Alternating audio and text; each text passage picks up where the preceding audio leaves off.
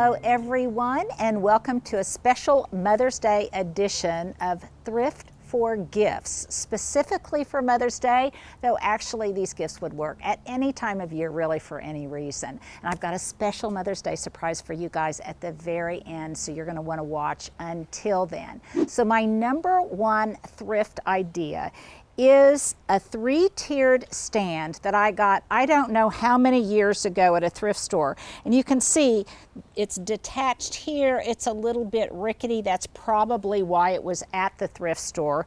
Stuart was asking me what it was exactly, and I'm not really sure. I just call it a three-tiered stand. It may have originally been for pies. It may have originally had no intended use. It was just sold this way.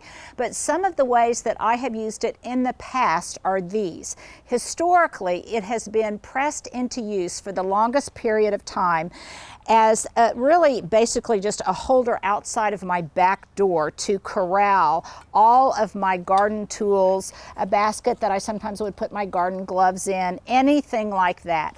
And it was in kind of a sheltered spot, so if it rained, it wouldn't get too wet, and if it did rain, then the water would wash right through. So that's number one reason for it. Number two, I have had baskets in it on all three levels and used it in my kitchen. You could actually use this in this manner with or without baskets for produce. So I would have it when my boys were young and I was doing a lot more cooking in a lot greater volume. I would have potatoes and onions and maybe squash, anything like that, and it was in my kitchen.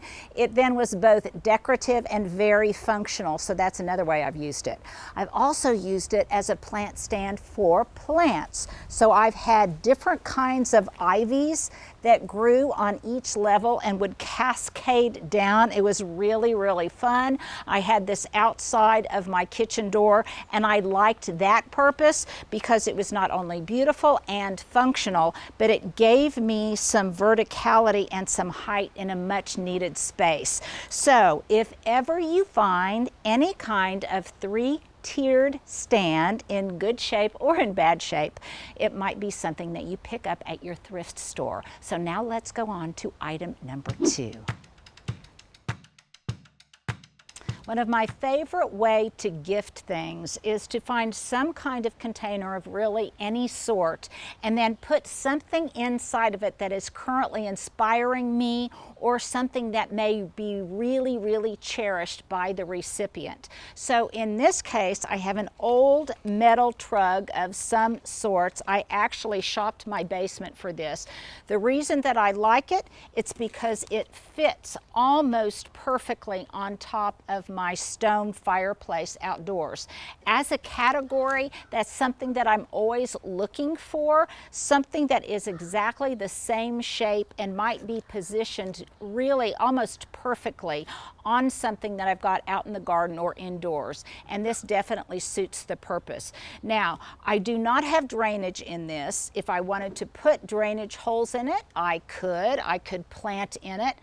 What I use it for typically is to put kindling in here for my little fireplace. So as I'm gathering up sticks and twigs and any kind of kindling material, then I'll put it in this trug. But right now, if I wanted to gift this to someone, I would fill it with dahlia bulbs.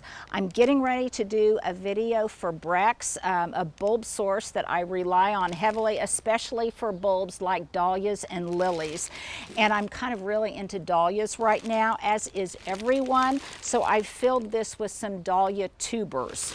And then what I like to do is also take the instruction booklet that comes in the box and put it in place along with maybe some of the appropriate plant food or granular food for whatever it is they're planting. Now, obviously, I've got this filled with dahlias as kind of a kit, but you could fill it with geraniums, you could fill it with ivies, you could fill it with really any type of thing that your mother-in-law, or loved one might really appreciate. So that's my number two recommendation. Any kind of trug and form-fitting, shape-fitting thing that you might want to use in your garden. Now let's move on to number three.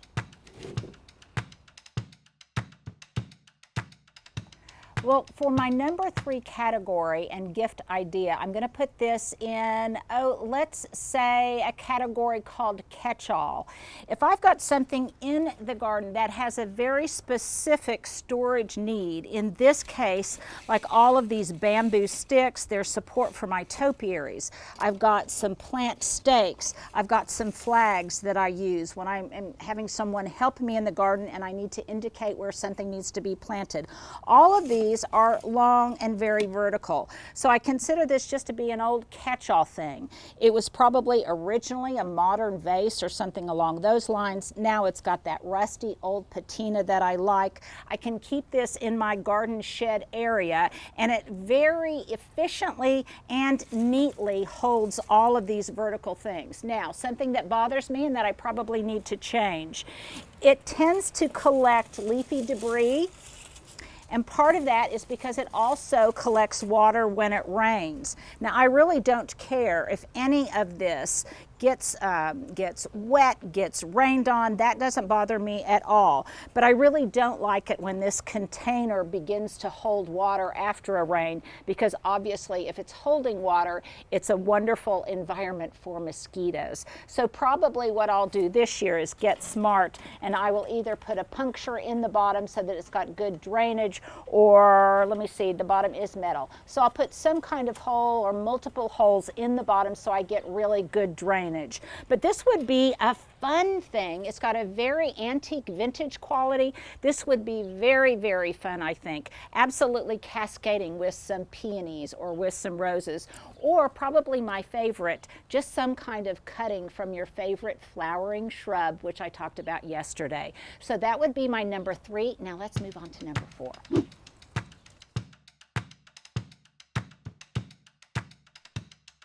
Well, number 4 is actually for me. This is a trash into treasure thing. It's not necessarily something that you'd be able to find at the thrift store, but it may be something that you've got lying around in your own garden. And I find it strangely compelling and appealing because I think it's got lots of potential. So I had 2 really large, beautifully patinaed pots, and they basically just shattered from weather-related issues, I guess.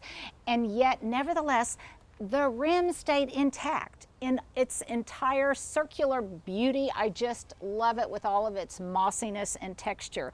So periodically, I will just save the rim and use it as some kind of framing mechanism in my garden. So in this case, this is from an old terracotta pot. I love the way it looks with just this little plant staged inside of it. And in this area that's basically a storage area for all of my different terracotta pots, I think it really looks beautiful and is a fun little makeshift focal point in the garden. I've got another example in the back that I'll show you.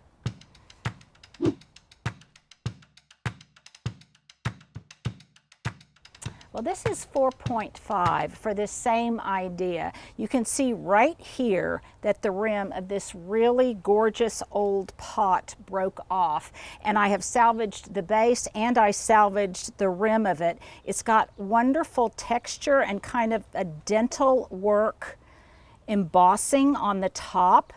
A wonderful bas-relief here. So I love the way it looks. It has a very archaeological find kind of vibe to it, and I love that.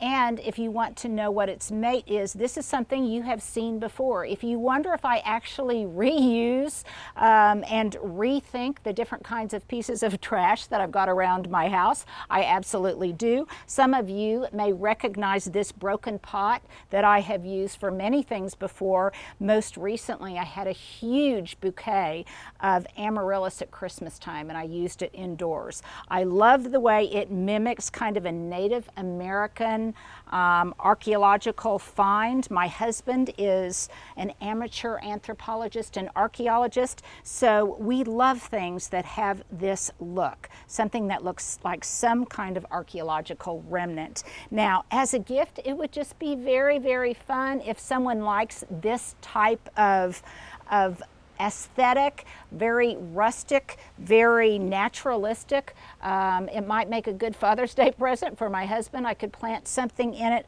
but this I think would be really, really wonderful. So what would I put in it now? I would just go out and find anything that was in full volume and cascading. A perfect solution for this would just to find a 12 or a 15-inch hanging basket of almost anything. Lantana, an ivy, really anything that had a cascading form. Put it in here, plop it in, and give it to someone as a gift. I think that's a wonderful idea. Now let's move on to number 5.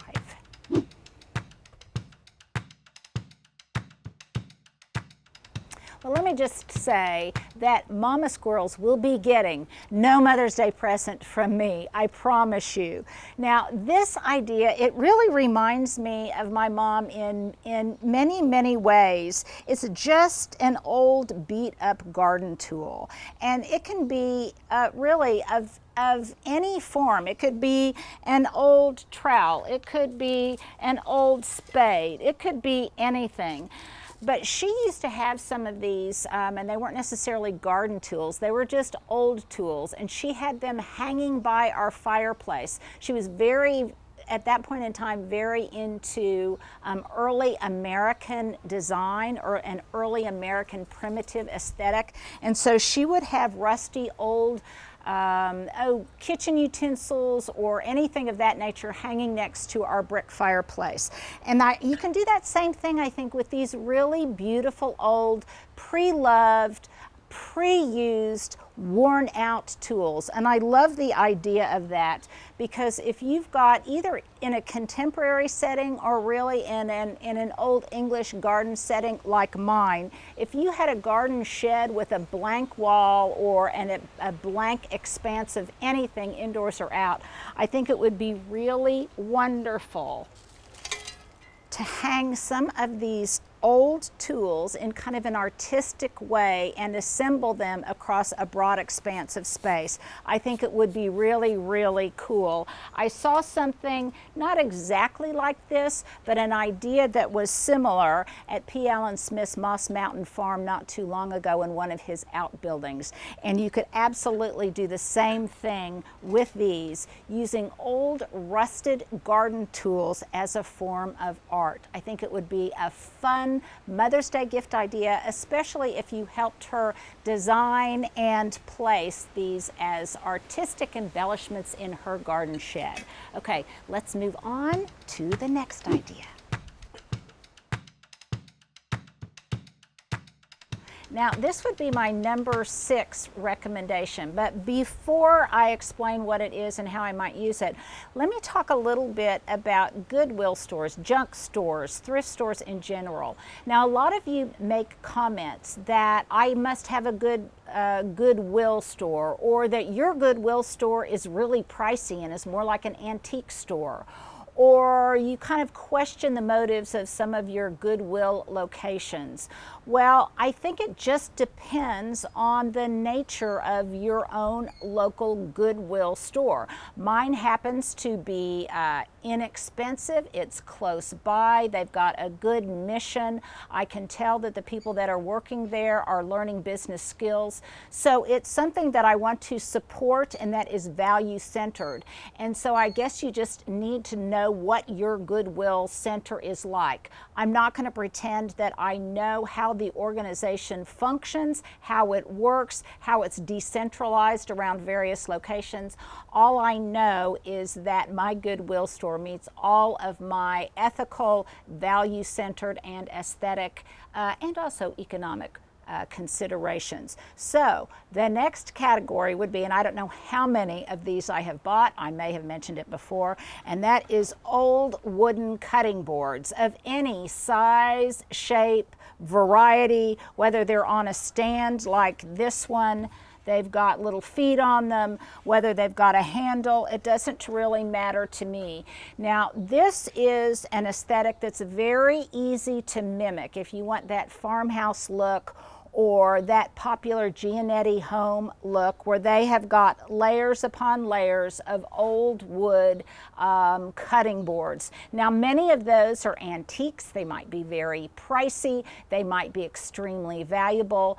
But if you're not in that high-end category and you want to replicate that look either in your garden or in your home, then I think just picking some up at Goodwill is a brilliant idea. Now, this one I'm using outside, and I kind of use it to protect the surface of this stainless steel table a little bit.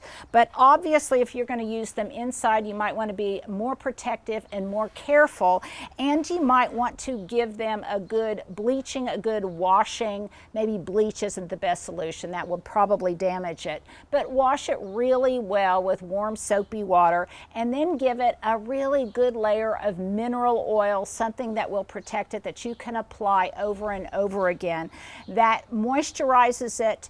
It definitely gives it an updated, darker look, and it's something that you might want to do to beautify it if you're using it indoors. Now, how would I gift it? Well, I think it would be really fun to take something like this, get a baguette, some cheeses, all sorts of fruits and things, and then go to your mother's house, your mother-in-law's house, or even the mother of a friend, and present her with an absolutely beautiful display, a charcuterie board on one of these old wooden cutting boards. Now, if someone was bringing this to me, I might also recommend a really nice bottle of rosé. Now let's move on to the next one. Another category that I tend to migrate to when I go into any kind of junk store, and that's enamelware, either in white or some other kind of interesting color. This is an old blue enamelware bucket. I actually love this light blue color, and what I also like about it, and what you will often find at these junk stores, is that there's a hole in the bottom. There's a hole in the bucket, dear Ida. What's that? Liza. Thank you, dear Liza, dear Liza. There's a hole in the bucket, and I look for those kinds of things. So I think this one would be so fun to present as a gift, and I think nothing would look more charming in it than one of these peachy color coral geraniums. I think that's fun. Plus, geraniums remind me very much of my mom. So I think that would be a fun gift. Any type of enamelware that you can put something celebratory in. Both my mother, I as a mother, and Liza would appreciate it, I think. So now let's move on to the next category.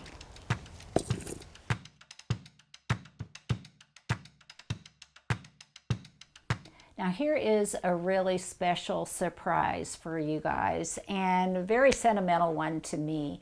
I had two mothers, and I've lost both of my mothers. My first mother died at 36, and a couple of years ago I lost my second mother, but there are compensations, and so I often borrow a mother from Stuart. So I want to introduce Susu. This is Stuart's mom. She's the one who came to my rescue singing the bucket song and knew that it was dear Liza and not dear Ida who had the hole in the bucket. And she is often here on our set. She's often here when we are shooting.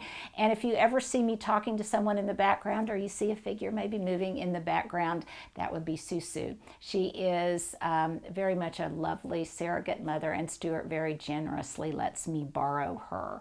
So I want to talk about my next idea, which may be one of my favorite ideas of all time, because it's something that I did with my kids very specifically for a Mother's Day gift years ago. We did this as an idea to gift something to my husband's mother that they called Mamu, and we came up with this idea. They discovered them, and then we packaged them in this way to give it to her as a gift. And we went out rock hunting. So what we did, this was actually down near Beaver's Bend in southern Oklahoma, and we got some gorgeous quartz pieces of rock, and we turned them into bookends. Now this idea was inspired by this absolutely gorgeous bookend that we got as wedding gifts from my husband's best man over 30 years ago, and I thought it would just be a fun idea to make our own version of that. So my boys, I have 2 boys, they went out hunting for these large quartz crystals. We have, subsequent to that, we would go out and we would find all sorts of really beautiful rocks and stones, anything that we might find as archaeological or just interesting natural sculpture. We would use them inside, we would gift them, and then whatever it was, I would just take one of my favorite handy helpers and I would put these felt glides on them, and then they could use them, whoops, they could use them as a bookend. And you do, obviously you need to make sure that you get the little felt glide in the place where it makes contact with the table. But this was one of the more fun adventures I went on with my kids. I think it's a great idea, especially if money is in short supply. And I do want to point out that as a Mother's Day gift to myself, because you have probably noticed, I'm not even going to be embarrassed about it. I'm just going to show my bad. Look at this. I'm going to give myself a manicure or get a manicure for Mother's Day. This started out looking pretty good, and then I'm sorry, I had gardening to do, and this is what it looks like now. So as a Mother's Day treat to myself, please put in the comments below if this has ever happened to you. You have a manicure and then you immediately go out and ruin it because you had some 911 gardening to do. This happens to me frequently. So let me know if you're going to treat yourself to a Mother's Day gift this year. Let me know if some kind of personal grooming might be on that list. Okay, now let's go to another category of things you might find at the thrift store.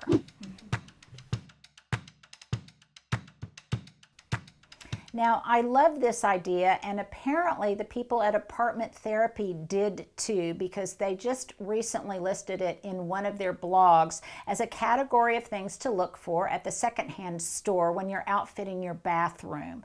These actually came from my mother. She used to collect teacups, porcelain teacups, some of them antique, some of them not expensive or valuable at all.